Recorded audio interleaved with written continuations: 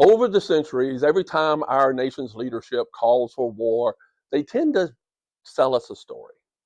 And almost every time that story has turned out to be a lie.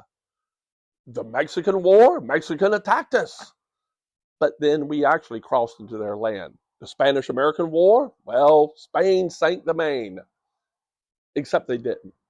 Vietnam War, Vietnam fired on us in international waters, unprovoked. Yet we had crossed into theirs in the Tonkin Gulf. And then the Iraq War. Iraq had weapons of mass destruction, except they didn't. You see, this is the pattern that happens. Fear, lies, bombs, and then regret. Now they say Iran must be bombed. But let's ask, who's actually saying that?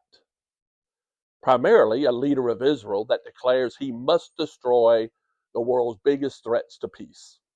Now, this is the man who turned a 10 by 25-mile patch of desert with over 2 million inhabitants into an unlivable wasteland, making 1.6 million people homeless, killing tens of thousands of children.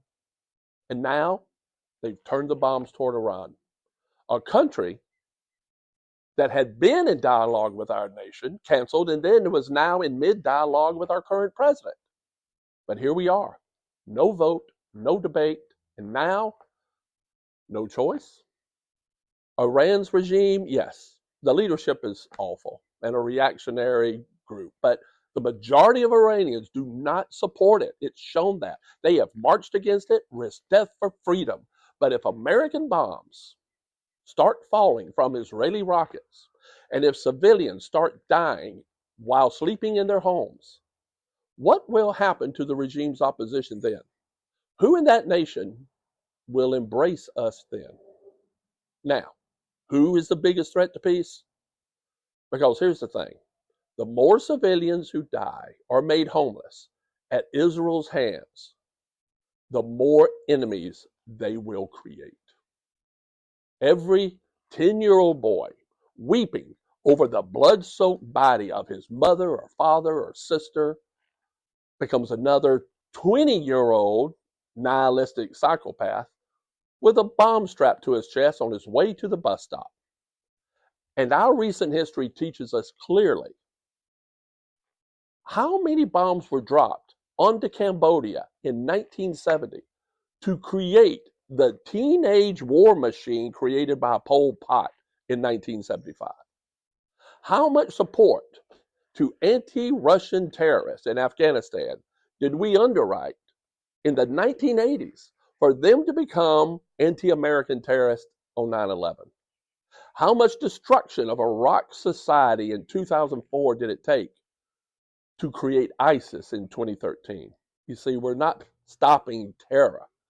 We're manufacturing it. We're not making the world safer. We're just making it angrier. This is exactly why America used to follow a different path.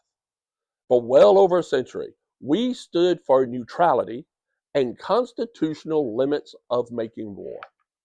We stayed out of foreign entanglements, not because we were weak, but because we were strong in our convictions and understood the cost of permanent war.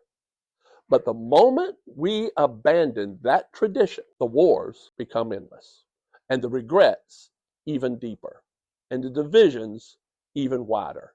Well, the masters of war, they become more wealthy and powerful. History is warning us. If your gut says something's off, it's because it is.